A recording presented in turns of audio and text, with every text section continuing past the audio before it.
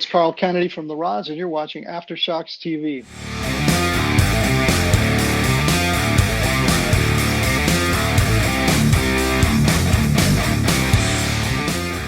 So, all right, let's move on to our last segment now, Tom. The last question that we do on every episode here of Aftershocks TV.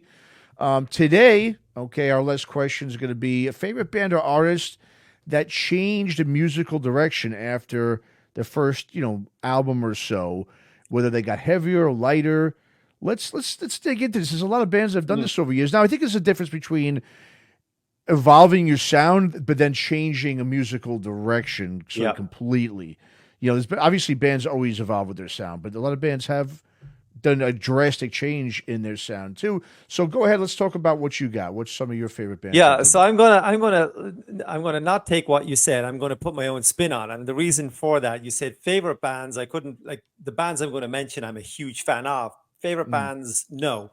That's reserved for the top, whatever. But and then also after one or two albums, some took a little bit of time to get beyond the one or two, but it's the same concept. And I've got three bands I'm going to just touch on super quick. One is Opeth, right? Okay, I'm a huge Opeth fan. Huge. Saw them a number of times live. Stellar musicians. Opeth are almost like this progressive, like today they're like a progressive psychedelic Tangerine Dream, Pink Floyd, Rainbow all mixed in together, very atmospheric. You kind of walk out and go, holy shit, what did they just look at? That's Opeth today. Opeth came out, first album is 95. And around, first album is, 95. So around 2005 with Ghost Reveries, they started to change their sound, bring in all the kind of the haunting features, arrangements, longer songs. And basically from then onwards, right up to their latest album, which was 2019 in Coda Verb, I can't pronounce some Latin thingy, whatever, came out a couple years ago. They went from being a death metal band to being this, to be not a death metal band, this atmospheric, like progressive, different type of band, like I just said. So they literally just woke up and said, we're not doing this anymore. So I was going, holy shit balls. Now I love the two Opeths, but I'm a huge death metal fan, but I prefer newer Opeth than previous, because I think Michael Agerfeld, I've seen again, he's incredibly talented, great musicians. They trying to jump around musicians a little bit with the keyboard player and the bass players, but I'm a big fan. Another quick one for me would be, let's go back 54 years, 55 years. Deep Purple, late 70s. First three Deep Purple albums, they had the Shades of Deep Purple, the album Deep Purple, and the Book of Tilsin, I can't pronounce it. And then they came in with Deep Purple in Rock, which I think was 71. So they went from 67, 68 to 1970 actually. And then they started out with Speed King. So they went from whatever they went, this groovy 70s keyboardy type song, a couple of hits in there. And then they just came almost like a metal song in 1970, because Speed King just fucking kicks you in the ass. So they went from that to a complete distraction. And then just let's touch on, and just look, I could mention Celtic Frost. Obviously, they came out with Cold Lake a couple of years ago. Geez, 1985, 87, whatever. And they went from being, in Megatheron right into Cold Lake, and I think they're actually good albums. I'm a fan of Tom G. Warrior and his later stuff, and Triptychon, I think it's just immense, absolutely immense. And then I'll finish on Maiden. Obviously, the first two Maiden albums were punk metal. Even though Steve Harris lies his ass off and said he hates punk, he never listened to it. Nobody believes that. There's punk elements all over the first Maiden albums. Remember, Maiden started in 1976 in London, which was the height of the punk season, like Sex Pistols and the Clash, whatever, and London and all the hair and that and the dress, whatever. So they were right in the middle of that scene when they began. And obviously, and Steve Harris was a big UFO and Thin Lizzy fan, so he's never a punk guy, but he was clearly influenced by what was going on around him. Yeah. But then fast forward then into Number of the Beast, and they just became, obviously Bruce Dickinson came on, the Air Raid Siren and all that kind of thing. But if you listen to Killers and you listen to Number of the Beast, that for me is a drastic change. So I'm going to go with Opeth, Deep Purple, Celtic Frost, Iron Maiden. Yeah, well, of course, in Deep Purple, that's why they had all those mocks, right?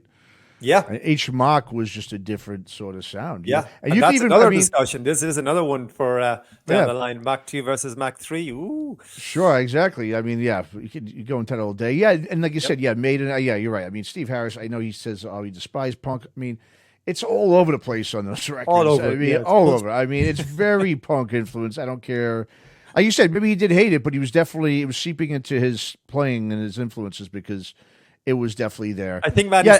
he's too far into the line now. He has to keep going. He can't go back and say, Yeah. well, I kind of was. He just has to fucking. He has to just say, no, and just exactly stick to his guns on it. You said, yeah, and Opeth obviously is one of those bands, like you said, they've always changing. You know, there's certain bands that are like that, right? There's certain bands out there that they'll do that to fans. Like, okay, you don't know what's coming. You know, from one record to the next. Opeth's one of those bands. Like, there's this band right now out of Australia. I don't know if they got a really weird name. They're called the King Gizzard and the Wizard Lizard. You ever hear of them? I have. Okay, yeah. I heard them on Decibel Geek podcast. They mentioned them many times, so I know the name. Because how can you forget the name? Yeah, they're like that too. They have like psychedelic stuff. Like their new album this year came out, pure classic metal, pure. You know, and so it's kind of funny because they're one of those bands. They're like, there's like these jammy bands that you have out there, like them and Humphreys McGee. Like, there's all these bands that actually will have a lot of these metallic threshed things in their sound, but they also have like a lot of jammy stuff, almost like Grateful Dead stuff mixed with it. It's really, and that's what the King Gizzard Wizard Lizard is. They're like that band. Interesting band too, because they just, I think, played over here in the States, sold out like 2 or 3 nights at the Red Rocks in Colorado. Holy shit. And not a lot of people know who they are. And once again, wait, let me just go back. They sold out Red Rocks? Yeah. Absolutely. Like, a couple of nights. like, I think 2 or 3 nights they sold out. That's like 10,000 seater, I believe. Well, because a lot of people, they were smart, right? They, instead of touring the U.S., right, where you're going to have a lot of empty venues, they know if we play in an iconic venue like that, Red Rocks, people will travel to see them. And I think that's what basically essentially happened. And so, virtually no one knows them, but there they are selling out these. Wow. The jam band thing is very interesting. Those bands sell out like it's a very interesting, I'm going to get too deep into that, but yeah. Anyway, so you have those bands like Opeth and them that you just don't know what to expect from album to album. And like you said, Opeth is definitely one of those. And great band. Like I said, I agree. Fan of them as well myself. I'll get into mine now. Now, first thing that comes to me is Judas Priest. Obviously the early albums with more of a proto metal until they really got into, especially I think starting really, I would think maybe with the 80s, with British Steel and everything came out. They took it up a notch and they became obviously, they obviously, when you go back to those earlier albums, I'd say Wings of Destiny, that's still probably my favorite Priest album, I think. Sure. They changed obviously pretty big, obviously, as well. I guess a lot of the, Priest made, and I guess a lot of those bands just did at that time once metal really started taking hold. So Priest. Yeah, I mean, you could even, not that this is really on my thing, but I was thinking about it as we were talking, you could even put Black Sabbath in there, obviously, with all their with the different singers. Each one has different sound, so they've changed, obviously. But like I said, but when I think of really drastic sounds, I mean, the one that really comes to me is Corrosion of Conformity. I mean, we don't want to talk about drastic change. They went from being a crossover thrash hardcore punk band, their first couple of records, and then same thing. Here comes the 90s, and they went, for one album, which is my favorite album by them, Blind, which is really more of a groove metal, like Metallica sounding record, and then after that, went right into a stoner southern rock sound, which they've been doing since today, and that's when they really got big with Albatross and everything. So COC really changed.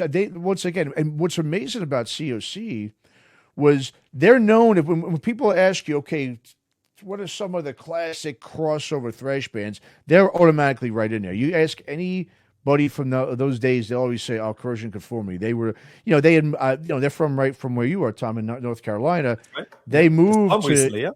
Yeah. Okay. Yeah. And they moved to New York to try because that's where that crossover thrash, stuff was going on. Then they got out. They moved back down to North Carolina and said, "We're going to go with our roots here. We're going southern rock and southern, and stoner stuff, and back to the '70s, sound with more Sabbath, influenced music." And then they took off, and so they really were huge. They're known as really trendsetters or the iconic bands in both that hardcore, punk, hardcore, crossover stuff, as well as in the stoner rock. When people say, what are the, I guess, classic stoner rock bands, you're going to hear Caius, Fu Manchu, and Corrosion of Conformity. So they were huge trendsetters for two genres, which is very interesting, too. To have that, it's pretty interesting. And then the other band, I think I talked about these last, speaking of live streams, it's one of the only ones I saw during the pandemic, the band Clutch. If you listen to early Clutch... Right. very heavy stuff, more metallic, more hardcore sounding stuff. Then out of nowhere, they did they did similar to what Courage and Conformity did. They went and started playing the blues oriented, stoner rock stuff, and they've been doing that ever since the mid '90s. So yeah, they changed up big time. Good. So Yeah, yeah, and you're right about that. You'd often wonder, if you take a Corrosion, you take an Opeth or whatever, recent-ish, I guess. But like, what happens? Like, is because I don't think they're chasing musical trends per se, and I think maybe with Opeth, they just, Michael Lagerfeld is, very well read, very well spoken. He's smart, he's sure, clever. I saw him in New York, and they played big venues. Like they played Radio City Music Hall, which sure. is like Wow, they played 3,000 there. seats or whatever. Wow, They yeah, and that's a they big one. sold that out in New York. Interesting. Right? Wow. I think it's That's big. 3,000. I can't remember. But he started talking about Y&T and Summertime Girls, that Dave Meniketti song, and I was going like, and I would guess like that 99% of the audience said, "What is he talking about? Y&T who? Dave Meniketti who? Summertime Girls." It was this cheesy walking I know around. this could be. I know. Yeah, it's actually it's a typical 80s kind of Yeah, rock it track, is. whatever. But Absolutely again, fun. my point, I don't know how I got onto this, but he started talking about Y&T and Summertime Girls, and I was going, God damn, I know what he's talking about. But anyway, they're a band that completely changed their sound, so we know that. But what was the backstory to it? Like what was? I don't think it was musical trends. And I think my guess is that any of the bands we're talking about just said, well, I can't bring this any further. And then obviously it has to be calculated because they risk losing their death metal fans, which brought them to where they were in the first place. And are they going to pick up new fans to replace who they possibly left? Or do you, like me, do you just go with the journey and appreciate the two sides of the band? I appreciate the two sides of the band and prefer the newer Opeth as opposed to the death side, which I also love, but that's just me. Yeah, it is a So I think I was telling you, at the start of this episode today, I was talking about last weekend going down to see Trevor Church from Haunt. Yeah. So that's a great example because I was interviewing him for the doc, and when he started out, he had a band called Beastmaker, and they were a pretty big doom band. They were on Rise Above Records, which is like one of the better doom labels in the country. It's run by Lee Dorian from Cathedral. Yeah. And so he said when he started getting into doing the Sabbath stuff, he just realized that was it. There was no more. There was no, like you just brought up. He had nowhere else to go. He took it as far as he could, and so it was like, so what do you do? Does now Beastmaker go into what he does now with Haunt, which is classic, traditional heavy metal stuff, and then change it and risk losing all your fans? No, he had to start from scratch. But I think, like a case in point with someone like an Opeth or some of these bands like COC, I think what it is it's you either start fresh, right? You bring in a new singer, you bring in a new whatever it is, you start fresh, but it's so hard when you have that brand already, especially these days, But what was interesting, COC did it back then when you were available, but it's just hard to really start your brand over again because now, especially these days, it's going to take 10 years to build that up to a certain level that you wanted to get it to.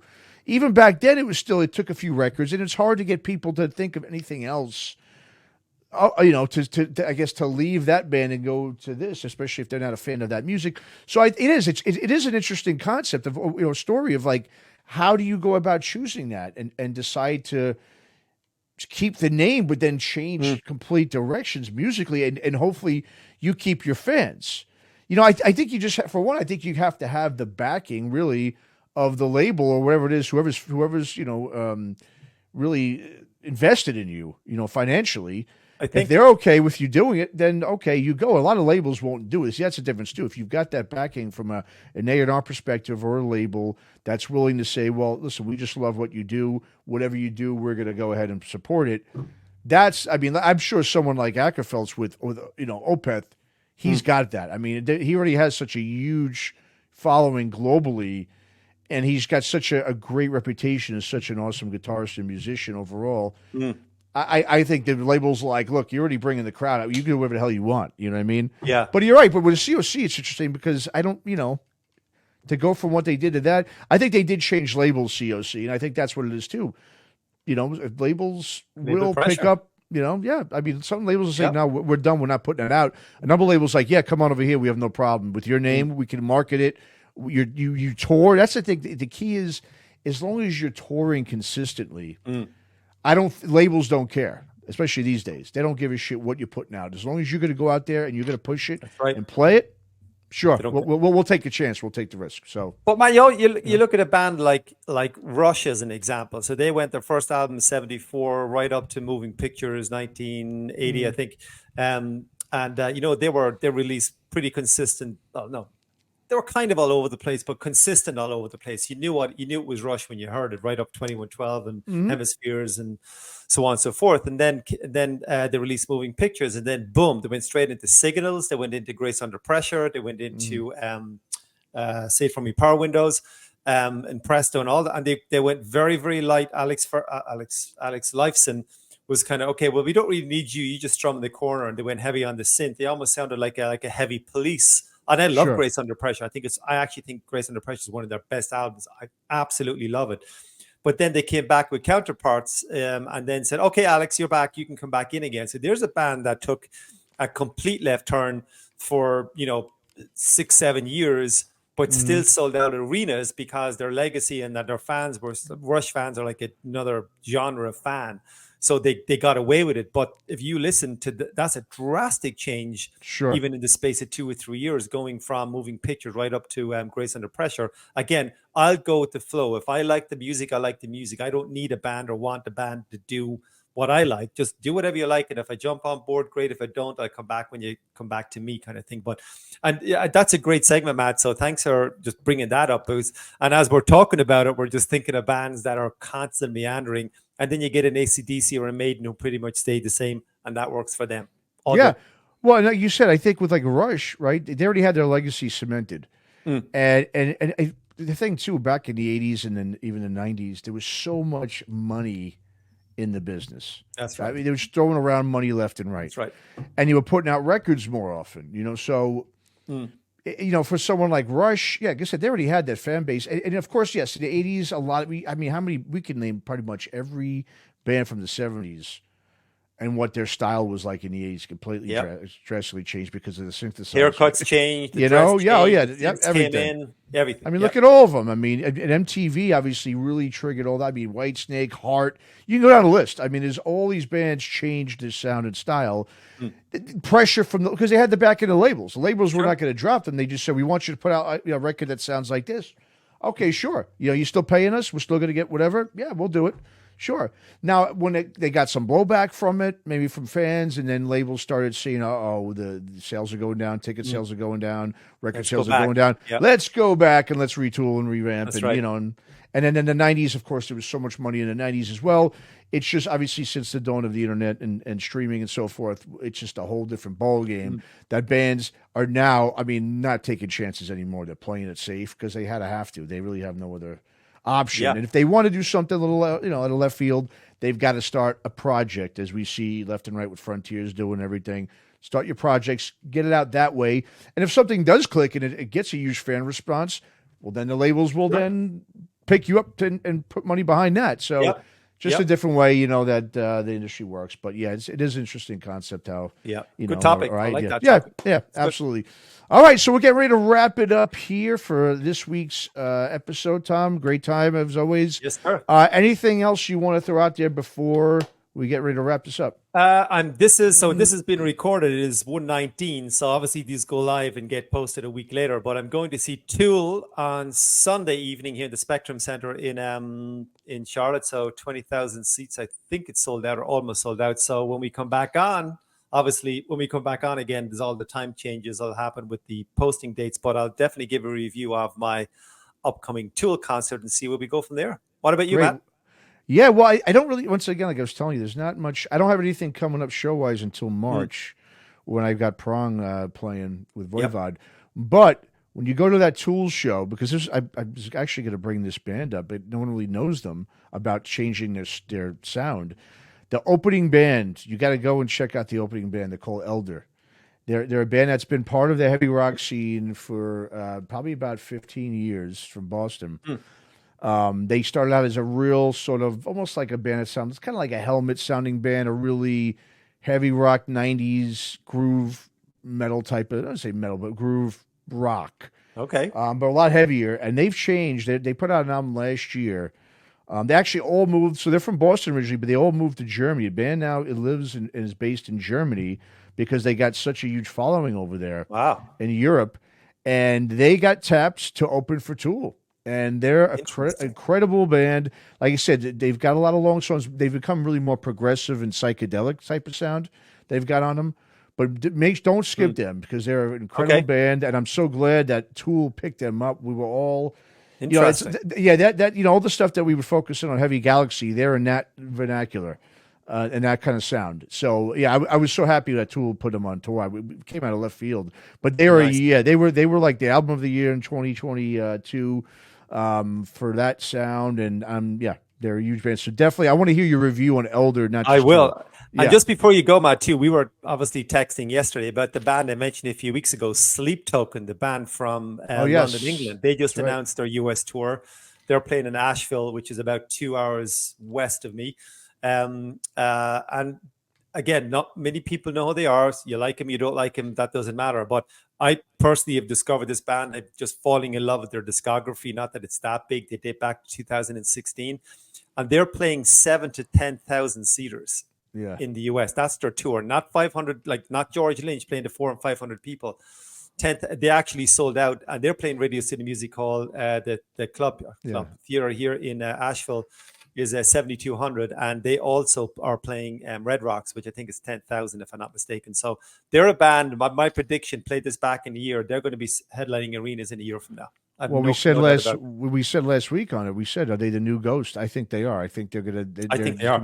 We spoke last time, and I said there was 14 million plays of their new song, "The Summoning," on YouTube. Since that conversation, it's now 15 million. There's an extra million views. It's obviously to do with Aftershocks, Matt, because we mentioned. Oh yeah, we have millions of viewers, of course. That's what it is. Yeah. We're the big trendsetters here. Listen to us. Everyone's going to go buy your record. So that's it. You hear that? All those bands out there that are dissing us, like the one last week. Yeah. This is what you're missing out on: millions of viewers and listeners. Right? You're not playing Radio City Music Hall. Okay, you have to, There you go. Anyway, you got to come on here first. Yeah, come on here first. Whether yeah, God damn it. Oh man, great. All right, well, Tom, great time again. And like I said, we'll see everyone next week for Aftershocks TV. Thanks for, of course, as always, watching, listening. Everyone. Have a good one. Go.